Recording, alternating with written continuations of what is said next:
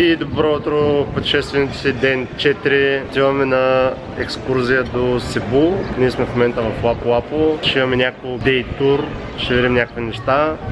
Надяваме се да са добри. В момента е към 9 часа сутринта. Шофьора ще дойде след малко и се запътваме към нашия тур. Надяваме се, че ще отнеме около 6 часа за целия ден. Така че нека видим какво ни предлага Себу.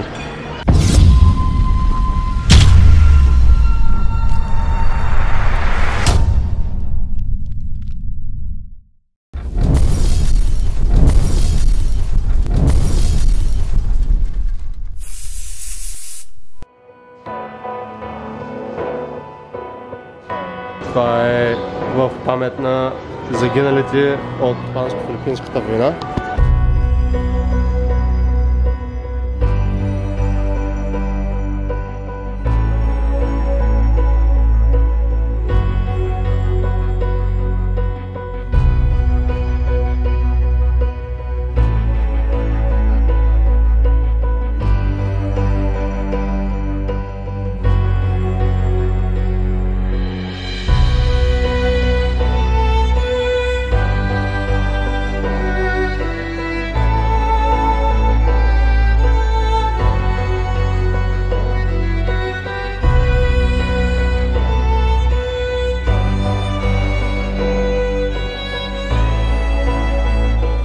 Това беше първата ни спирка.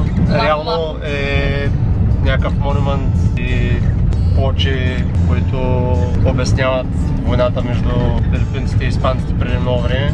Тази статуя беше на един от тяхните герои. Може би има и друга история, но нямаме много информация все още. Може би ще си я видим в Google, защото тура не е много адекватен, понеже е шофьор, а не тур. Обикновено за целият тур имаме около 6 часа, но нямаме някакво определено време за всяка една от дестинациите, така че горе-долу се зависи напълно от нас.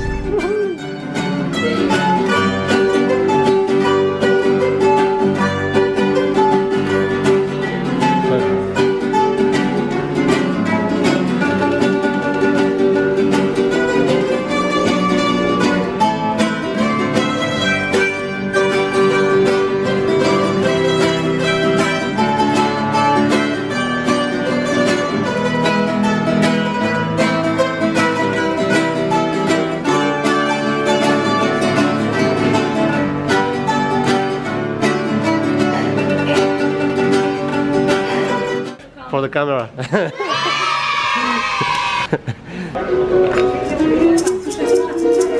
И така, това беше факторито на Алегре и къде е правил той китарки, като цяло беше добре. На мен много ми. Имаше разни сувенири, имаше скъпша китарка, ето има разни подаръци, това е за книга. Тук имаме една покупка китарка. Ето пееш, ето. На китарата, Васко жабата. Той ще пее, свири и на китарата, Васко жабата. Той ще пее и ще свири само за вас.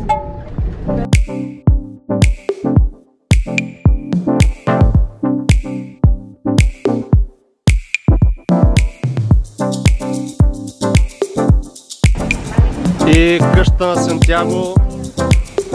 Предполагам, че има нещо китайско заради орнаментите. Сега ще разберем. They have entrance fee. Okay. Okay. 50 per person. Okay. Do we have to pay as well? We have guide. Yes. It's owned by Filipino San Diego. San Diego, not Santiago. Santiago. San Diego.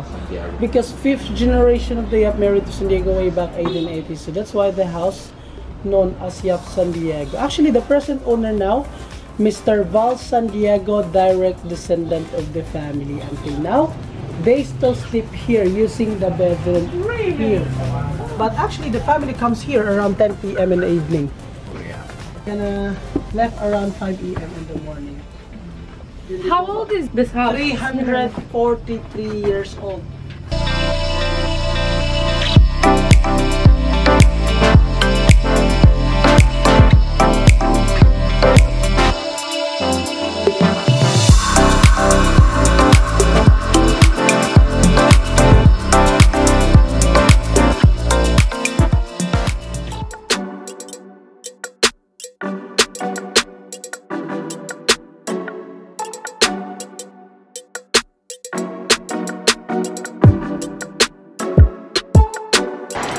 Виж ги, виж ги! I love you. Това беше къщата на Сан Диего, а това е някакъв монумент, който беше готин като цяло.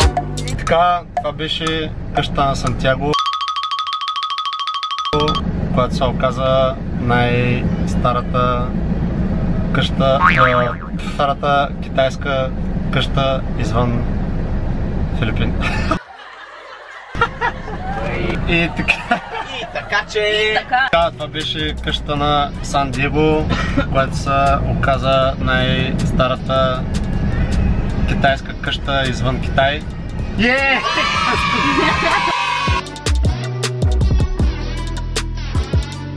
Кръста на Мегелан, който го е сложил, когато е открил Филипините. И така тура продължава. Центърчето много по-добре от Лапо-Лапо, според мен, според теб. Определено. Навсякъде може да видите ето такива, които продават свещи.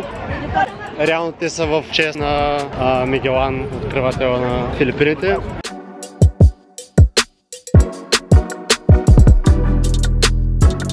Това е църквата. Едно от хубавите неща е, че много филипинци са много вярващи и може да намерите много църкви, които са пълни с хора вярващи. Това е новия туалет на Румяна. Форт Сан Педро, следващата спирка. And welcome to Fort San Pedro. Fort San Pedro is the smallest and the oldest dry bastion fort here in the Philippines. This one is Emmanuel Pañares. Човека, който нарисува всички картини тук. Лапо-Лапо. Лапо-Лапо. The King of Mactan. And Мегелан. Чичомиго. И Покахонтас. Мъжкият вариант. Ето го бащата на Покахонтас. The King of Cebu. So the King of Mactan and the King of Cebu. This one, his statue is how many person he killed. This one. The wife of Raja Mahmud. His wife. They're the one who accept the Christian faith here in Luzon. Разказват много добри неща и гайда за около 3 минути разказвам повечето неща, така че за сега добре. Okay. Corals to build... That's this one. To build the fort. Yes. Really? Целият замък е направен от корали. Wow. Повтарям. Целият замък е направен от корали. Добре. Замъкът е впечатляващ, интересно е да се посети. Харесваме. Са бананови дървета и друго бананово дърво, което не произвежда банани, но се ползва за дрехи.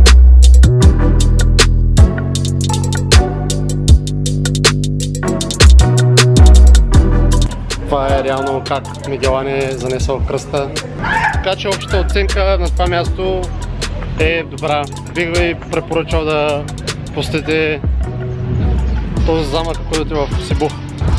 Довиждане, Сан Педро! Това не е нашия. Да, бе!